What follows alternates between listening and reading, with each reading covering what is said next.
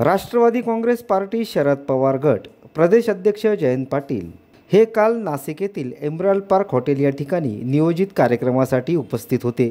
या प्रसंगी महाराष्ट्र प्रदेश काँग्रेस कमिटीचे ओबीसी सेलचे महाराष्ट्र प्रदेश कार्यकारी अध्यक्ष दत्ता आव्हाड यांनी निवेदन देत येवला मतदार संघाची जागा काँग्रेस पक्षाला सुटावी अशी मागणी केली आहे। काँग्रेस पक्षाला येवला मतदार संघाची जागा सुटली तर दत्ता आव्हाड हे या ठिकाणावरून इच्छुक असून येवला मतदार संघातून उमेदवारी करणार आहे असे देखील त्यांनी माध्यमांसमोर सांगितले। मी पाटील साहेबांकडे मागणी ही केली का येवला मतदारसंघाची जागा ही मुळात काँग्रेस विचारसरणाची जागा असून मन सन्माननीय पवार साहेबांच्या आग्रहाखातर ही जागा आम्ही मित्र पक्षाला दिली होती, परंतु भुजबळ साहेबांनी अजित पवार गटात प्रवेश केल्यामुळे ही जागा परत काँग्रेस पक्षाला देण्यात यावी ही मागणी मी जयंतराव पाटलांकडे केली आहे।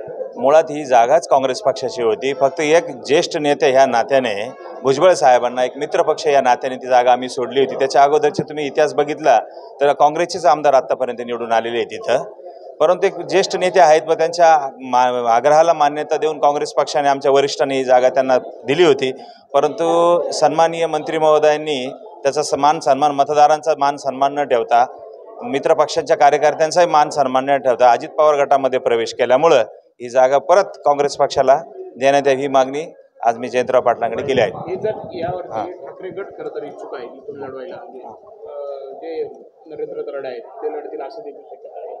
हां, आता त्याच्यात कसं आहे, आमचे सगळे मित्रपक्ष भरून त्याच्यावरती निर्णय घेतील, पण आमची तयारी झालेली आहे। मी स्वतः ही निवडणूक लढवण्याचं इच्छुक आहे तिथून येवला मतदारसंघामधून आम्ही त्या पद्धतीने तयारी पण केलेली आहेत।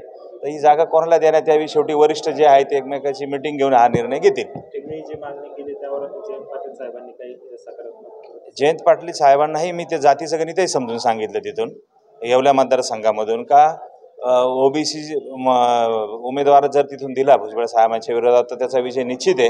याचं कारण असं आहे की आजपर्यंत तिथून मराठा समाजाचाच उमेदवार तिथं दिलेला गेलेला होता, परंतु भुजबळ साहेबांना त्या समाजाची मतं मिळत नाही ह्या ही वस्तुस्थिती आणि त्यामुळं परत त्यांचा जर त्यांना मराठा समाजाचा उमेदवार दिला तर परत त्यांचा विजय होईल, तर त्यासाठी ओबीसी उमेदवार देण्यात यावा म्हणून मी महाराष्ट्र प्रदेश कार्यकारी अध्यक्ष ओबीसी या नात्याने जागेची मागणी करत आहे।